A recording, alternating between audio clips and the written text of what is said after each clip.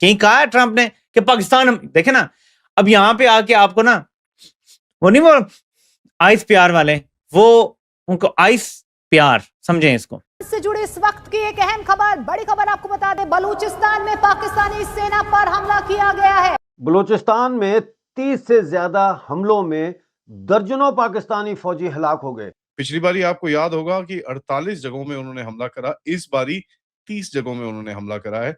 जैसे आपने फरमाया कि जैसे जंग के असरात जो है ना, खासकर ज़राअत पर उसकी सबसे बड़ी जो गैस जो हमारी खादें हैं, सबसे ज्यादा उस पर असरअंदाज होगा। पास में पाकिस्तानी फौज की कैंप के ऊपर जबरदस्त हमला हुआ है और वहां पे रेडार सिस्टम को तबाह कर दिया गया है। पिछले 36 घंटों के दौरान बलूचिस्तान के मुख्तलिफ इलाकों में पाकिस्तानी फौज, मिलिट्री इंटेलिजेंस ऑफिस, पुलिस के अलावा रेलवे ट्रैक्स, पुलों और गैस पाइप लाइनों को भी निशाना बनाया गया है। ड्रोन्स, और आपको पता ही है नॉर्थ ईस्ट में ये सब ड्रोन्स और ये सब चीजें चलती रहती हैं। और यकीन माने जब से मैंने ये खबर पढ़ी है मेरी टांगे कांप रही। पाकिस्तान का बहुत इन्फ्लुएंस है, लेकिन वक्त के साथ साथ ये इस्टेब्लिश हो गया कि अब उस तरह का डिप्लोमेटिक इन्फ्लुएंस भी नहीं है और अब वैसे हालात भी नहीं हैं। हमने 3-4 ऑप्शंस डिस्कस किए थे कि इंडिया क्या कर सकता है पाकिस्तान में जब हालात ख़राब हुए थे, जब कश्मीर वाला वाक़या हुआ, पहलगाम वाला। पहला हमने कहा जी कि स्ट्राइक कर सकता है, दूसरा हमने कहा लिमिटेड कॉन्फ्लिक्ट हो सकता है। आपके मासूम जो शहीद हो रहे हैं उनसे अल्लाह की मुलाकात होगी, दुनिया में उन पर क्या बीती इस पर भी बात होगी। इंडिया आज नहीं तो कल पाकिस्तान का बलूचिस्तान तोड़ देगा। एक और हाँ, एकदम होगा। ये डोभाल साहब का ड्रीम प्रोजेक्ट है। खसूसी दुआ करें, जो खबरें आ रही हैं आप सब दुआ करें कि ये सच ना हो।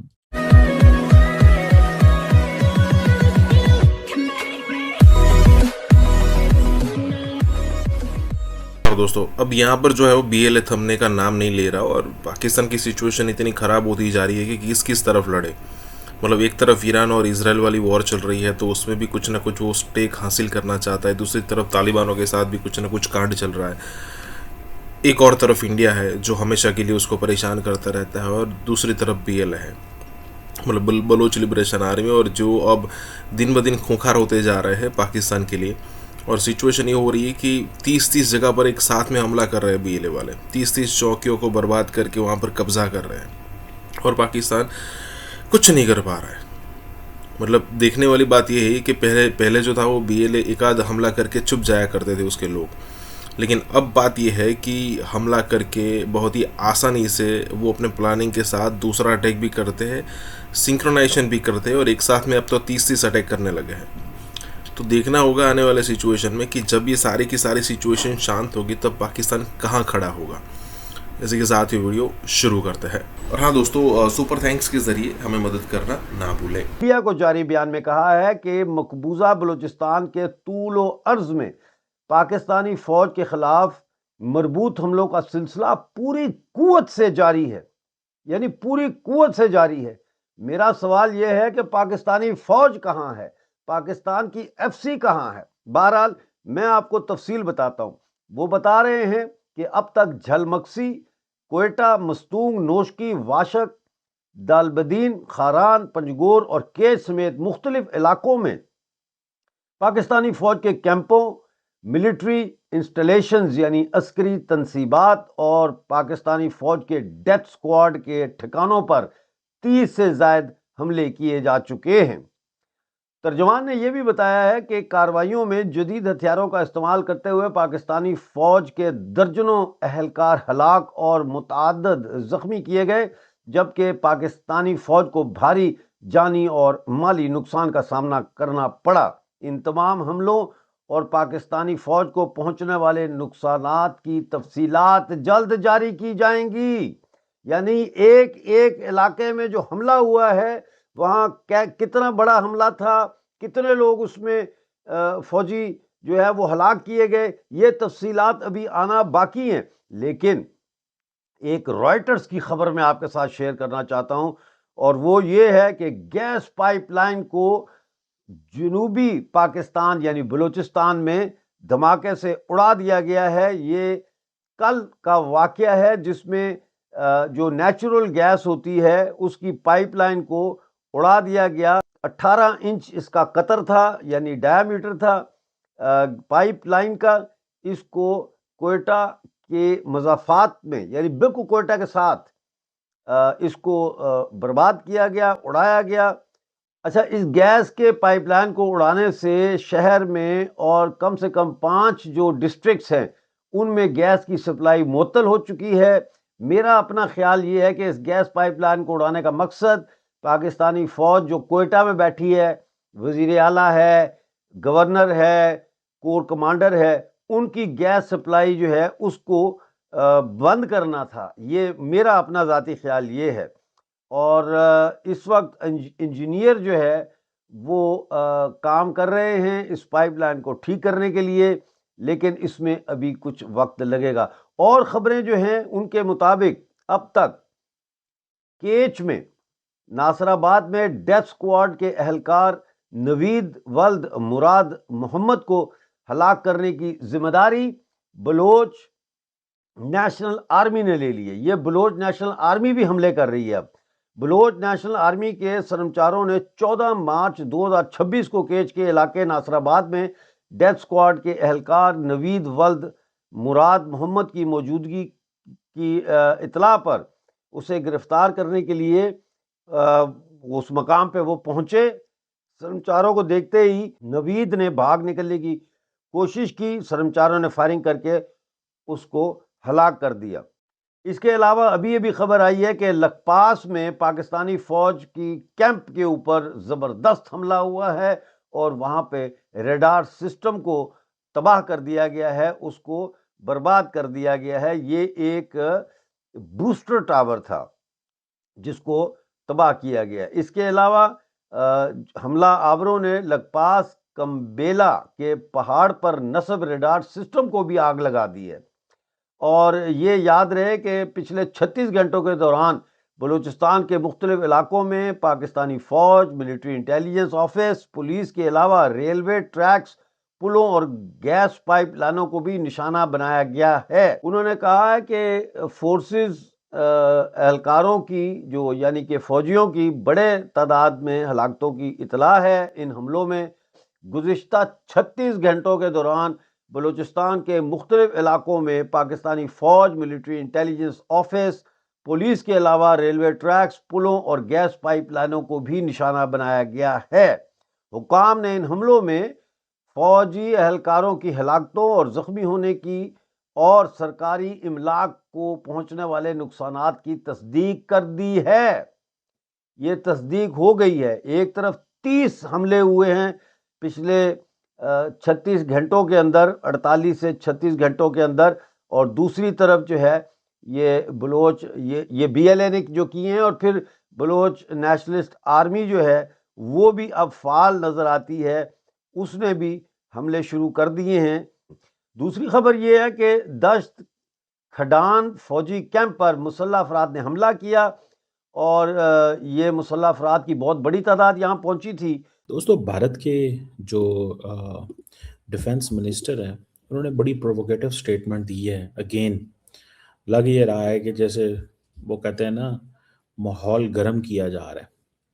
और उन्होंने कहा है जी कि पाकिस्तान का जो डिफेंस मिनिस्टर है उनको ऐसी स्टेटमेंट नहीं देनी चाहिए प्रोवोकेटिव। लेकिन उन्होंने कहा 55 साल पहले क्या हुआ था, पाकिस्तान के 2 टुकड़े हुए थे, ये उन्होंने कहा। और उन्होंने कहा कि अगर दोबारा ऐसी हरकतें पाकिस्तान ने की तो अब पता नहीं पाकिस्तान के कितने हिस्से हो जाएंगे। ये है चीज, मुझे ऐसे लगता है कि that is going to be very provocative, जो चीजें जो हैं वो होने जा रही हैं। मुझे ये लगता है कम उसका, this is what I understand, कि बहुत ही प्रोवोकेटिव किस्म की स्टेटमेंट जो हैं वो होने जा रही हैं। ठीक है जनाब। और कहीं ना कहीं पे ये चीज भी नजर आती है, कहीं ना कहीं पे ये चीज भी नजर आती है कि ये जो कुछ चल रहा है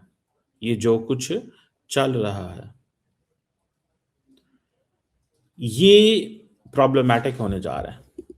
it's not going to be very very comfortable. ये कोई बहुत कंफर्टेबल चीज नहीं होने जा रही। ये कोई बहुत कंफर्टेबल चीज नहीं होने जा रही, मैं आपको बड़ी गारंटी से बता सकता हूं। कैसे चीजें चलेंगी आइंदा इसी तरह अगर चलता रहा? इंडिया भी कह रहा है छोड़ेंगे नहीं, पाकिस्तान को वो कह रहे हैं हम पाकिस्तान के अब कहीं हिस्से कर देंगे। ठीक है जनाब, हम पाकिस्तान के कहीं हिस्से कर देंगे। मैं तो सिर्फ इतना जानना चाहता हूं कि ये कैसे हो सकता है कि दोनों मुल्क जो हैं वो इतनी सख्त स्टेटमेंट्स दे रहे हों। जब भी इंडिया के अंदर इलेक्शन आता है, पाकिस्तान को वो कहते हैं छोड़ेंगे नहीं, ये करेंगे, वो नहीं करेंगे। ये क्या बात है? पाकिस्तान एग्जिस्ट ही नहीं करता। अच्छा, मजे की बात ये है कि माइंडसेट क्या है इंडिया के अंदर, हमारे लिए पाकिस्तान की कोई वैल्यू नहीं है। यही कहते हैं ना कि भैया ये क्या हो रहा है और कैसे हो रहा है। ठीक है जनाब,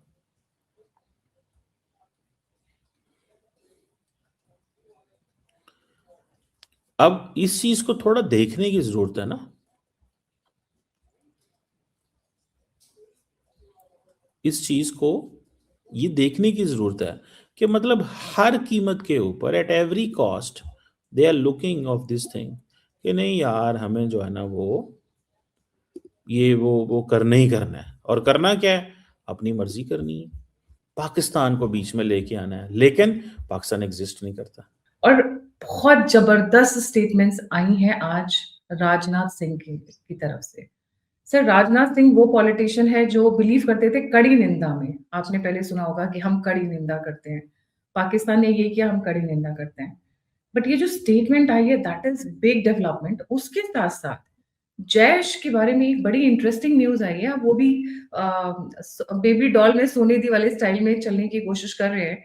ओवर टू यू सर, क्या है ये न्यूज और ये क्यों इंपॉर्टेंट हो जाती है? आपकी असेसमेंट क्या है? जी, over to you. Thank you. Namaskar, Gayatri ji. Thank you for having me over. Interesting things are happening. अब ये जो मेरे ख्याल जो आप स्टेटमेंट मेंशन कर रही हैं श्री राजनाथ सिंह जी की कि कितने टुकड़े हो जाएंगे आपको पता भी नहीं चलेगा। नो गोइंग बैक, ख्वाजा हाफिज भी डिफेंस मिनिस्टर हैं कंट्री के, राइट? तो अगर उनको अब इज्जत करते हैं उनकी, क्योंकि अपने आप में एक पॉलिटिकल अपॉइंटमेंट है, डिफेंस मिनिस्टर हैं, बट अगर डायरेक्टली नहीं लिया जाए, पाकिस्तान की नज़र से देखा जाए, वो स्टेटमेंट को सिर्फ मद्देनजर रख के देखा जाए कि ये उसके रिस्पॉन्स में जब उन्होंने बोला कि कोई इंडिया डज एनी मोर मिसवेंचर ना हो तो हम अटैक सीधा कलकत्ता पे करेंगे। ठीक है, तो एक वो अब जब बोले और उसके मुताबिक राजनाथ सिंह की स्टेटमेंट को अगर जोड़ा जाए तो एक जो मुहावरा दिमाग में आता है कि भाई जब गीदड़ की मौत आती है तो शहर की तरफ भागता है। तो अगर उसी चक्कर में मैं बोलूं कि ख्वाजा साहब को शायद मालूम होना चाहिए कि भाई ईस्ट पाकिस्तान आज़ाद हो चुका है, अभी बांग्लादेश है। अगर वो पाकिस्तान का हिस्सा होता तो मान सकता था कोई भी कलकत्ता पे अटैक करना ईजी है, ओके, या वो किस हिसाब से बोल रहे हैं। अब वेस्ट पाकिस्तान में कलकत्ता का नाम ले लेना या तो उनके दिमाग में अचानक आया या नई दिल्ली कहने से डरते हैं वो, तो फिर कलकत्ता उन्होंने यूज कर लिया। अब मिलिटरीली देखें, कन्वेंशनल एस्पेक्ट में देखें तो ये तो आउट ऑफ द क्वेश्चन है। आई मीन क्या यूज करके कैसे कलकत्ता पे अटैक कर लेंगे और क्या ही अचीव करेंगे। और वो तो छोड़िए, अपने कपड़ों के ऊपर काफिर लिखते हैं, अपने टैंकों के ऊपर काफिर लिखते हैं। और एक बात वाजे है कि इजराइल एक मजहबी जंग लड़ रहा है ईरान के साथ। तो मैं भारत के मुतल्लिक तो मैं यही कहूँगा, लेकिन इंशाल्लाह अगर उन्होंने दोबारा कोशिश की तो पहले से भी ज्यादा जिल्लत उठाएंगे जो पिछले साल जो कुछ हुआ। दोबारा से ये अयादा किया है इंडियन वज़ीर दफा ने कि अभी जंग जो है वो जारी है, ऑपरेशन संदूक जारी है और पाकिस्तान की तरफ से कहा गया है कि बनियानुल मरसूस भी तैयार है। और इस दफा पहले तो कंटेन हुआ है कि 200-250 किलोमीटर के अंदर जो है जंग कंटेन हो गई। अब हम अंदर घर में घुस के मारेंगे उनको जो है इंशाल्लाह। जो उनकी टीम है उसके अंदर मैं इसको यहूदियों की इंतहा पसंद सोच कहता हूं। इंडियन नेवी चीफ ये कह रहा है we were few minutes away, हमें अभी चंद मिनट की दूरी के फासले पर थे हम, किस चीज से? पाकिस्तान पर अटैक करने से। आपको मजे की बात बताऊं, पाकिस्तान में तेल है 458.41 पर लीटर, यानी कि कल रात गवर्नमेंट ने 134 रुपीस तेल बढ़ाया। आप अपने बच्चे को सुबह अगर गाड़ी में स्कूल में छोड़ने जाते हैं ना, छोड़ने जाएंगे और वापस आएंगे, 2,000 रुपए का पेट्रोल आपका या डीजल जो भी आप यूज करते हैं गाड़ी, वो जल जाएगा। हालात ये हो गए हैं, तीनों साहिबान को अर्ज करता हूँ कि कमीज सिलवाते हैं तो सलवार फट जाती है, सलवार सिलवाते हैं तो कमीज फट जाती है, और दोनों अगर सिलवाते हैं जी ना जी जाने समझ क्या गए। क्या पड़ता है। ठीक है, बिल्कुल आप सही कह रहे हैं। लेकिन ये है कि जो ये कुछ नहीं है, नहीं, अदालत ये नहीं, उन्होंने पूरी सिचुएशन बॉक्स में बंद कर दी बस। खूबसूरती के साथ उनकी जो इंटेलिजेंस है इंतहाई कमज़ोर और नाकिस है, और वो कब से अपने सीनियर लोगों को, साइंटिस्ट को, उलमा को, जर्नैलों को, सबको मरवाई जा रही है।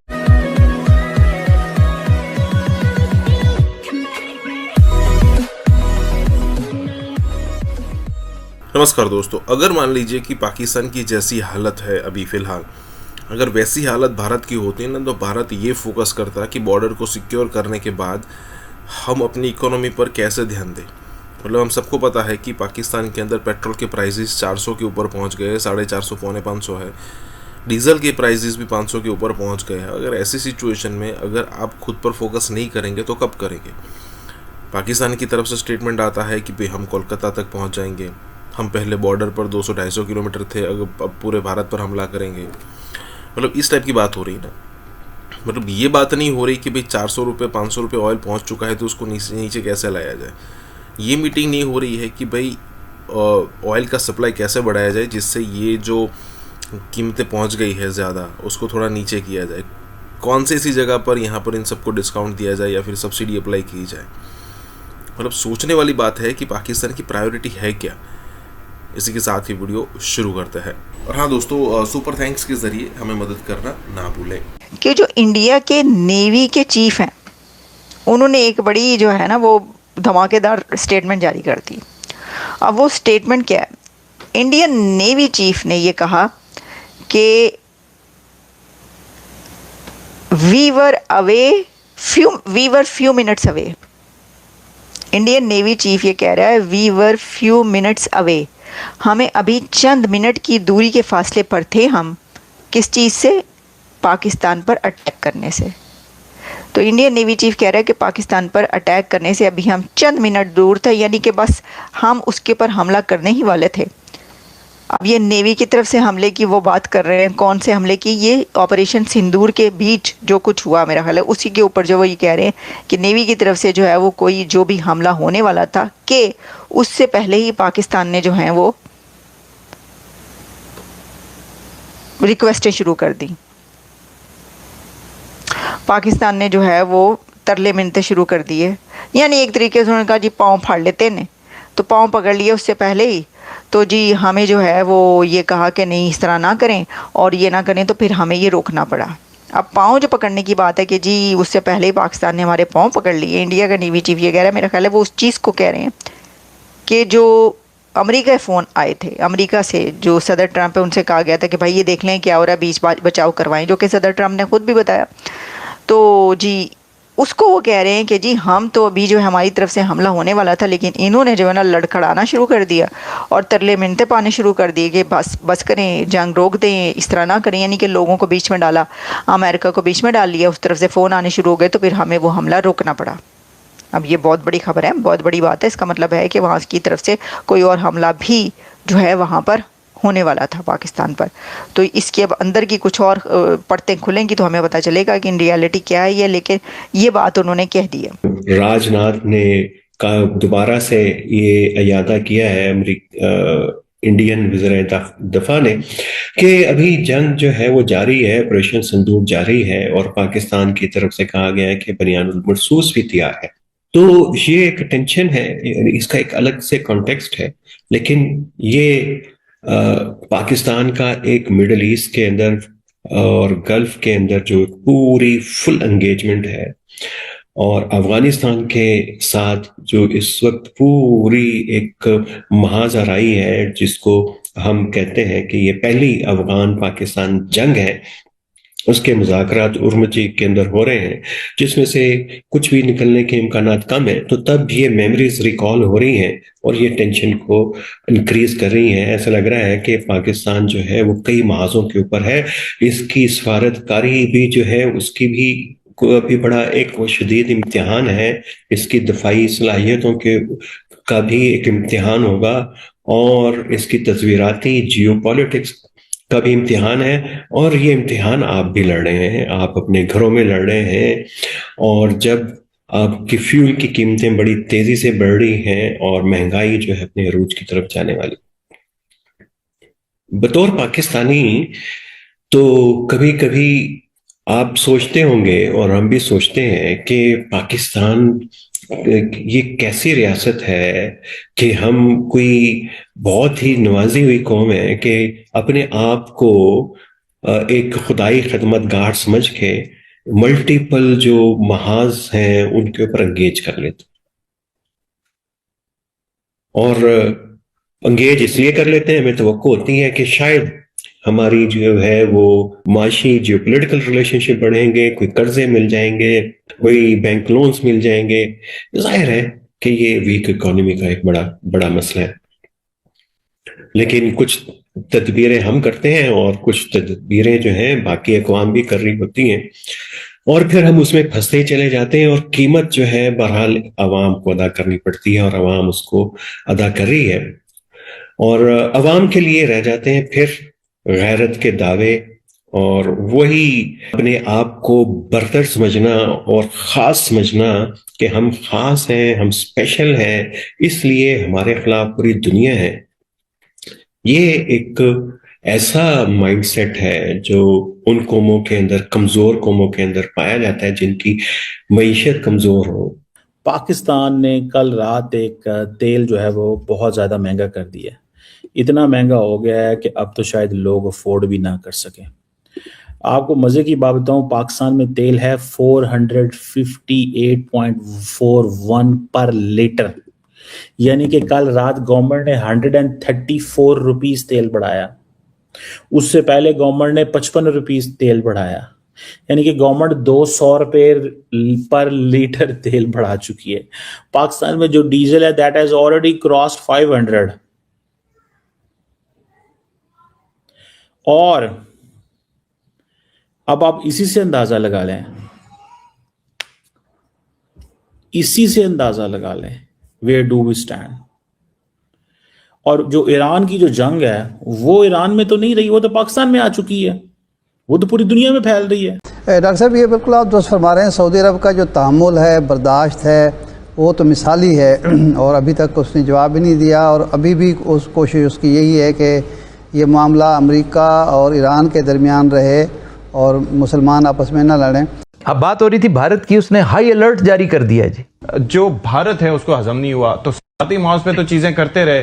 फिर आपको पता है कि सिंदूर भी उनका अभी तक चल रहा है, और ओछी हरकतें ऐसी हैं कि अब वो फॉल्स फ्लैग करने का भी सोच रहे थे। प्लस इस वक्त पीएम मोदी ने एक मीटिंग रखवाई है सारे स्टेट्स के सीएम के साथ।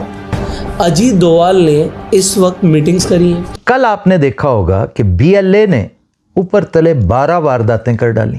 ये फिर उसी तरह जैसे 12-14 वारदातें उसने चंद हफ्ते पहले की थी, ये सारा सिलसिला उसने फिर से रिपीट कर दिया। आपको महसूस नहीं होता कि ये कोई रिहर्सल है जो की जा रही है? इनफैक्ट आपने अभी न्यूज़ चैनल में देखा भी होगा कि जो हमारे एयर चीफ हैं वो गुरुद्वारे गए थे अमृतसर के अंदर, गोल्डन टेम्पल के अंदर, और जो हमारे आर्मी चीफ हैं वो जगन्नाथपुरी टेम्पल के अंदर गए थे। वॉर से पहले ब्लेसिंग्स लेने के लिए जो आर्मी चीफ होते हैं, एयर चीफ होते हैं, ये इस तरीके से रिलीजियस प्लेसेस पर जाते हैं। अमेरिका आपके साथ वफादार नहीं और इजराइल आपका दुश्मन है, याद रखिए। क्या आपको याद है कि जब नेतन्याहू से मुलाकात के बाद मोदी वापस आए तो उसके बाद ही पाकिस्तान को भी एंगेज किया उन्होंने बॉर्डर पे अफगानिस्तान की साइड से, और पाकिस्तान ने वो ग़ज़बुल हक़ शुरू किया। आपको चटागांग की याद नहीं आ रही?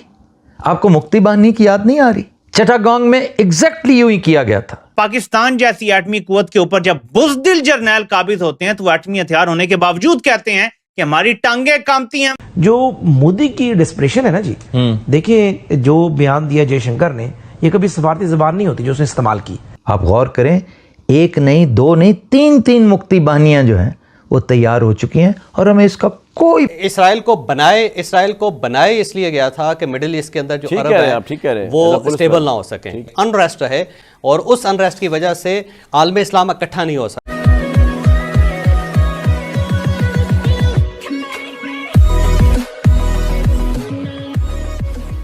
नमस्कार दोस्तों, अगर आप पिछले कुछ दिनों से देखो तो पाकिस्तान जो है वो भारत के प्रधानमंत्री पीएम मोदी की जो भी मीटिंग्स हो रही है या फिर जो भी चीज़ें हो रही है उसको लेकर कुछ ज़्यादा ही सीरियस हो गया और उसको लेकर ज़्यादा ही रिपोर्टिंग कर रहा है। बात दरअसल ये है कि पिछले दिनों पीएम मोदी की सारे चीफ मिनिस्टर्स के साथ मीटिंग थी और उसको लेकर मतलब पाकिस्तान में हो हल्ला शुरू हो गया। और दूसरी तरफ देखो तो पाकिस्तान को ये डर है, और डर मैं इसीलिए कह रहा हूँ क्योंकि अब ये सिचुएशन हैंडल नहीं कर सकते। क्योंकि बात दरअसल यहाँ पर ये है कि अगर मान लीजिए कि BLA के साथ इंडिया अगर मिलकर कुछ कर रहा है तो पाकिस्तान उस पर कंट्रोल नहीं कर पाएगा। सिचुएशन उसके लिए टफ इतनी हो जाएगी कि अगर मान लीजिए दोनों ने मिलकर और साथ में तालिबानों को मिलाकर भी अगर सिंक्रोनाइज्ड वे में अगर अटैक कर दिया ना तो पाकिस्तान किसी मतलब वो हर जगह पर वो पहुँच ही नहीं पाएगा और आखिर में होगा ये कि फिर से एक बड़ा सरेंडर होगा।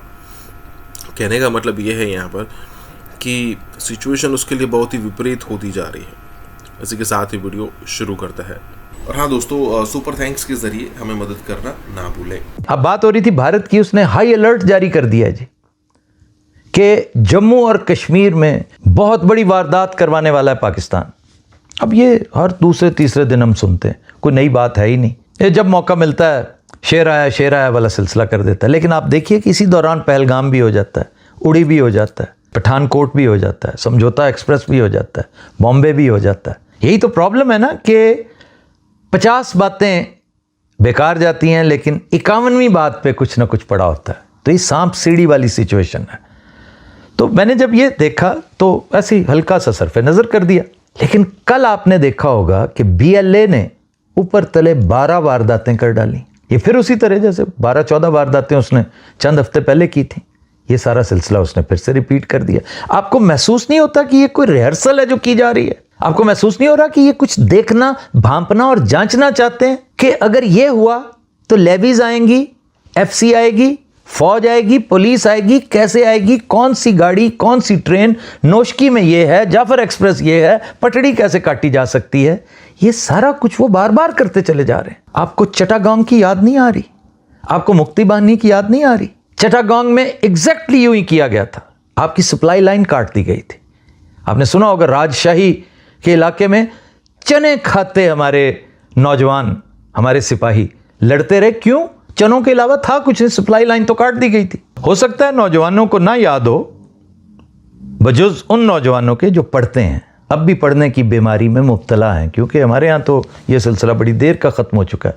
अलबत्ता उन बुज़ुर्गों को जो आकाशवाणी सुना करते थे, ऑल इंडिया रेडियो सुना करते थे, रेडियो पाकिस्तान सुना करते थे, उन्हें शायद याद हो यानी किस तरह मुक्ति बाहिनी एंड भारतीय अफवाज they were in cahoots with each other, they supported each other. और मुक्ति बाहिनी किस कदर लीथल हो गई थी भारत की शय पाते हुए।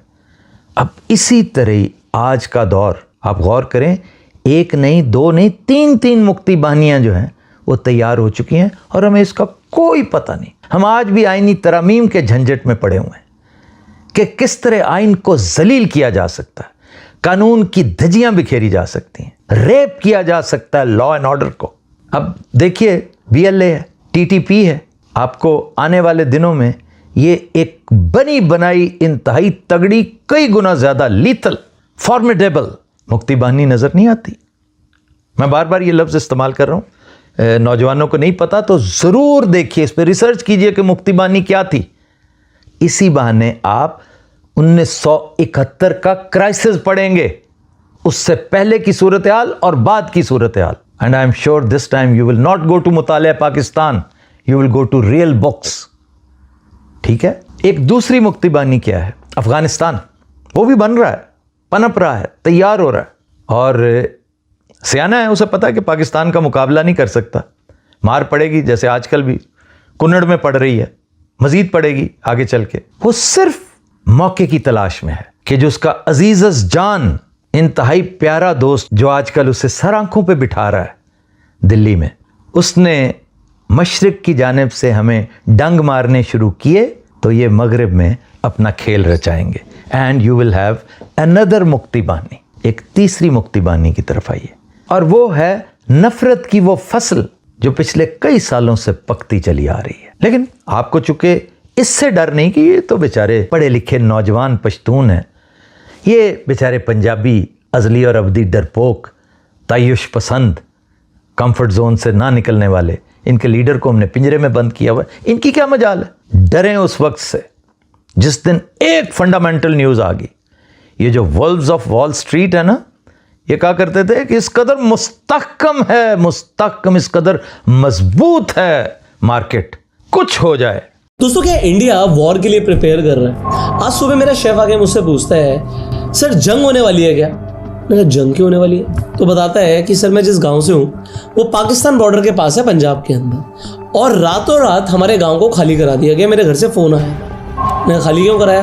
कह रहे 10 किलोमीटर के आसपास के जितने भी गांव हैं उन्हें खाली करा दिया गया है और आर्मी को डिप्लॉय कर दिया गया है। इनफैक्ट आपने अभी न्यूज़ चैनल में देखा भी होगा कि जो हमारे एयर चीफ हैं वो गुरुद्वारे गए थे अमृतसर के अंदर, गोल्डन टेम्पल के अंदर, और जो हमारे आर्मी चीफ हैं वो जगन्नाथपुरी टेम्पल के अंदर गए थे। वॉर से पहले ब्लेसिंग्स लेने के लिए जो आर्मी चीफ होते हैं, एयर चीफ होते हैं, ये इस तरीके से रिलीजियस प्लेसेस पर जाते हैं। प्लस इस वक्त पीएम मोदी ने एक मीटिंग रखवाई है सारे स्टेट्स के सीएम के साथ। अजीत डोवाल ने इस वक्त मीटिंग्स करी हैं, राजनाथ सिंह मीटिंग्स में है, और इंडिया के 4 एयरपोर्ट्स बंद हो गए हैं अगले 30 दिनों के लिए। आप श्रीनगर और जोधपुर नहीं जा सकते, जाके फ्लाइट चेक कर लीजिए, फ्लाइट्स अवेलेबल नहीं है अगले 30 दिनों के लिए। तो ऐसा क्या हो रहा है? जैसलमेर के अंदर सायरन्स क्यों बजाए जा रहे हैं? क्या इंडिया इस वक्त सच में वॉर के लिए प्रिपेयर कर रहा है? क्या वो पाकिस्तान के ऊपर सरप्राइज अटैक कर सकता है? और क्या हम पीओके लेने वाले हैं?